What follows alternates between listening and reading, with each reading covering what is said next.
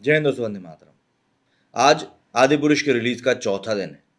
चौथा और सबसे महत्वपूर्ण दिन भी हम इसको कह सकते हैं, क्योंकि आज है सोमवार। और सोमवार का जो टेस्ट कहलाता है, मंडे टेस्ट जो कहलाता है, वो अधिकतर मूवीज के लिए एक अग्नि परीक्षा की तरह होता है। अगर सोमवार टेस्ट में ये मूवीज पास हो जाती हैं तो फिर इनका आगे का रास्ता आप मान सकते हैं कि अच्छा हो सकता है। गारंटी तब भी नहीं दी जाती, लेकिन हाँ, मंडे टेस्ट में पास होना मूवीज के लिए जरूरी होता है। वो भी हम एक बात कर रहे हैं ऐसी मूवी के बारे में जिसका ये बजट करीब 500 से 600 करोड़ रुपए के आसपास बताया जा रहा है। तब तो ये बात और भी ज्यादा बड़ी हो जाती है और भी बड़े स्केल पर चली जाती है कि आखिर मनी टेस्ट में इस मूवी का क्या होने वाला है। जबकि हम देख रहे हैं कि इस मूवी ने 100 करोड़ के पास पास की भारत में, हम वर्ल्ड वाइड के ऊपर अभी नहीं जा रहे हैं, वर्ल्ड वाइड पे तो अलग ही खेल चल रहा है। भारत में इस मूवी ने 80 से 90 करोड़ की ओपनिंग ली है, 2 दिनों में 150 करोड़ रुपए कमाए हैं। तो ये एक बहुत बड़ी मैग्नम ओपस मूवी मानी जा सकती है। बट जिस तरीके का माहौल इस मूवी के इर्द गिर्द बना हुआ है, उसको देखते हुए आगे की इसकी राह जो है काफी कठिन बताई जा रही। इन सब के बीच में मनोज मुंतशिर जी को लगातार टारगेट किया गया, जिन्होंने इस मूवी के डायलॉग्स लिखे हैं, गाने भी लिखे हैं। हालांकि गाने उनके काफी फेमस हुए इस मूवी के, जैसे राम सिया राम, लेकिन डायलॉग्स लोगों को इतने कुछ खास पसंद नहीं आए।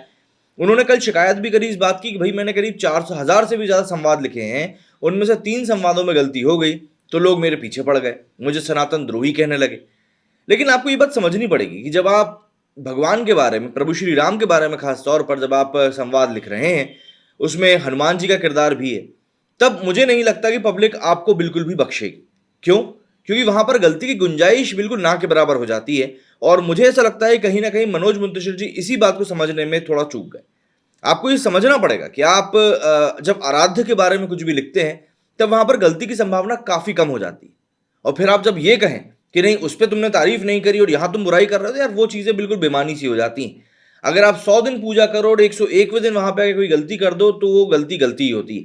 रावण एक बहुत बड़ा विद्वान था, उसको आप चमगादड़ की सवारी करते हुए दिखा रहे हैं और सोच रहे हैं कि नहीं, पब्लिक हमें कुछ नहीं कही क्योंकि हमने गाना अच्छा बनाया है। देखिए, ऐसा नहीं हो पाता है।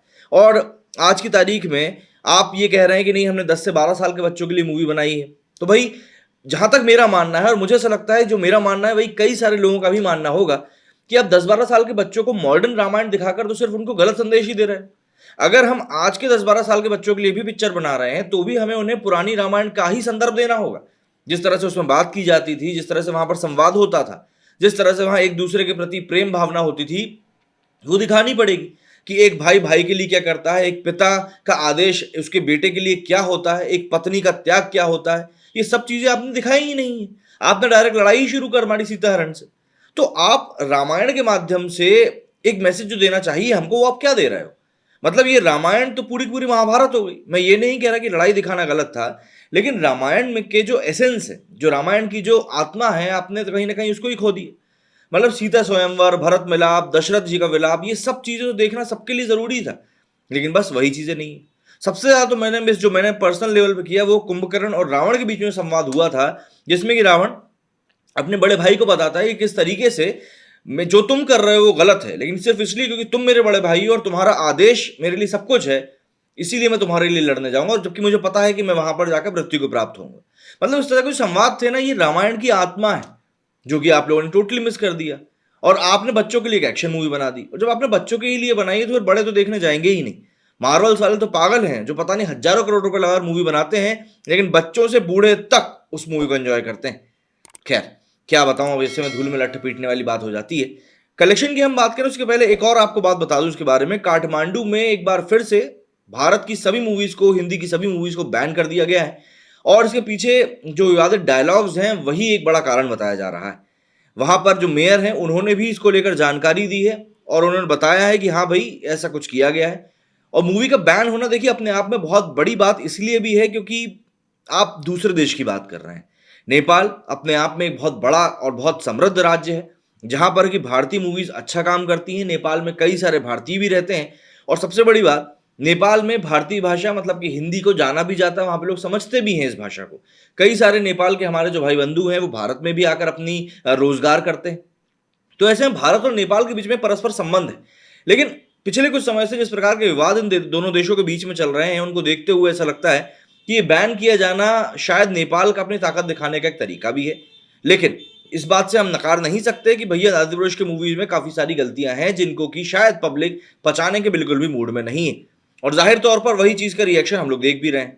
अगर हम कलेक्शन की अब बात करने के लिए आगे बढ़े तो आपको खुद ही समझ में आ जाएगा किस प्रकार के जो हालात हैं वो इस समय बने हुए हैं, और ये हालात ऐसे वैसे नहीं है, ये काफी बुरे हालात हैं। मतलब आप ये समझिए कि पहले दिन जो मूवी का कलेक्शन रहा है वो करीब 80 से 90 करोड़ के बीच में रहा। दूसरे दिन मतलब कि शनिवार को जो मूवी का कलेक्शन निकल कर आया वो 65 करोड़ के आसपास रहा। तीसरे दिन रविवार को, जो कि ऑलमोस्ट नहीं बल्कि सभी के छुट्टी का दिन होता है, उस दिन तो ये उम्मीद थी कि भाई इस मूवी का कलेक्शन बम्पर तरीके से बढ़ेगा, लेकिन आपको यकीन नहीं होगा उस दिन भी इस मूवी का कलेक्शन नहीं बढ़ा है। 64 से 67 करोड़ के बीच का इसका संडे का कलेक्शन निकल कर आया है, मतलब कि कल का। अब आप इस कलेक्शन के बारे में क्या कहेंगे? मतलब ये तो कलेक्शन एक बहुत बुरा ही कलेक्शन माना जाएगा। अच्छा, बात सिर्फ इतनी होती तो हम एक बार को मान भी लेते कि चलिए ठीक है, शायद अच्छा कलेक्शन हो गया, ये मान लेते हैं, चलिए छोड़िए। क्योंकि भाई नहीं नहीं करके भी तो 210 करोड़ के आसपास का कलेक्शन तो हो ही गया था, 206 210 करोड़ के आसपास का कलेक्शन। लेकिन सबसे शॉकिंग जो बात निकल कर सामने आई है वो ये है कि इसका जो चौथे दिन का कलेक्शन, मतलब कि आज के जो कलेक्शन का जो एस्टिमेट बताया जा रहा है मंडे का, वो बहुत ज्यादा शॉकिंग है। और लिटरली उसे सुनकर सबको यही लगेगा कि यार अब बहुत बड़ी गलती हो चुकी है। दरअसल इस मूवी का जो कलेक्शन अब चौथे दिन का निकल कर सामने आ रहा है वो आ रहा है मात्र 30 करोड़ रुपए। कहने को तो हम ये कह सकते हैं कि दहाई के आंकड़े में यदि कोई मूवी कलेक्शन करती है सोमवार को तो वो एक अच्छी रिपोर्ट कहलाती है। मतलब अगर किसी ने 11-12 करोड़ कलेक्शन कर लिया मंडे को तो काफी अच्छा है। लेकिन यहां पर आपको आदिपुरुष की स्केल को देखना पड़ेगा। आदिपुरुष की स्केल जो है यहां पर 550-600 करोड़ के बजट पे बैठी हुई है। ऑलरेडी इसने काफी अच्छी रिकवरी कर ली है, लेकिन उसके हिसाब से 30 करोड़ का कलेक्शन भारत के मार्केट में काफी कम है। वो भी तब जबकि हम ओपनिंग की बात कर रहे हैं 100 करोड़ की। मतलब पठान को पीछे छोड़ा है इस मूवी ने, ये बात सब जगह चल रही है। लेकिन पठान ने जिस प्रकार की निरंतरता दिखाई थी, अब चाहे आप उसको फेक कह लें चाहे कुछ कह लें, लेकिन उसके बावजूद भी आदिपुरुष का कलेक्शन कहीं ना कहीं नीचे की तरफ जा रहा है। मेकर्स अब बोल रहे हैं कि हम डायलॉग्स बदलेंगे, लेकिन क्या सिर्फ डायलॉग बदल जाने से सारी चीजें सुधर जाएंगी? ये आप मुझे कमेंट में लिख के जरूर बताइएगा। क्या सिर्फ कमेंट बदल देने से, जो डायलॉग्स हैं वो बदल देने से चीजें सुधर जाएंगी? क्योंकि अकेले डायलॉग से लोगों को दिक्कत नहीं है, डायलॉग्स के इतर भी काफी सारी चीजें हैं। चाहे पुष्पक विमान की बात कर लीजिए, रावण के टी शर्ट पहनने की बात कर लीजिए, रावण के जो सिर हैं उनके कॉम्बिनेशन की बात कर लीजिए। लोग बोल रहे हैं अरे वो 3-2-1 वाला फिगर क्यों नहीं बना दिया आप लोगों ने? मतलब अब तरह तरह की बातें हो रही हैं। इसके रावण को लेकर हम बात कर लें, इंद्रजीत मेघनाथ, मतलब ये मेरा सबसे पसंदीदा विलन में से एक था। मतलब रामानंद सागर जी की आप रामायण देखेंगे ना, तब उस रामायण के जो विलन्स थे, जो बुरे लोग थे, जो दुष्ट लोग थे, उनके प्रति भी आपके मन में एक सम्मान रहेगा। क्यों? क्योंकि वो भी एक तरीके से प्रेजेंट किए गए थे।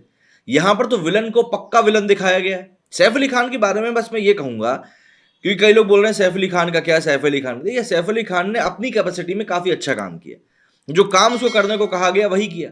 और मैं किसी भी कलाकार को दोष इसीलिए नहीं देता हूं क्योंकि जो क्रिएटिव टीम रहती है, जो डायरेक्टर रहते हैं, उनका ही काम होता है किसी भी एक किरदार को पैदा करना। लुक वो लोग डिसाइड करते हैं, डायलॉग डिलीवरी कैसे की जानी है वे लोग डिसाइड करते हैं, संवाद तो है ही उनके। तो ऐसे हम कलाकारों को दोष दे ही नहीं सकते। कृति सेनन को मॉडर्न सीता माँ दिखाया गया है जो कि लोगों को पसंद नहीं आया। राम जी को मतलब मूंछों में दिखा दिया, ठीक है रखते होंगे, लेकिन लोग उसको एक्सेप्ट ही नहीं कर पाए। और सबसे बड़ी दिक्कत यहां पर हुई लक्ष्मण के साथ में। बेचारा लक्ष्मण तो ऐसा था कि नहीं था, पता ही नहीं चला। टोटल ऐसा दिख रहा था कि सिर्फ और सिर्फ पैसा बचाने के लिए किया गया, और यहां पर दाढ़ी तो भैया लोगों को बहुत चुभ गई है उसकी। तो क्या लगता है आप लोगों को इस मूवी के बारे में? कितना आगे तक चल पाएगी? कमेंट लिख के जरूर बताइएगा। मेरे इस वीडियो फिलहाल इतना ही। जय हिंद, जय भारत।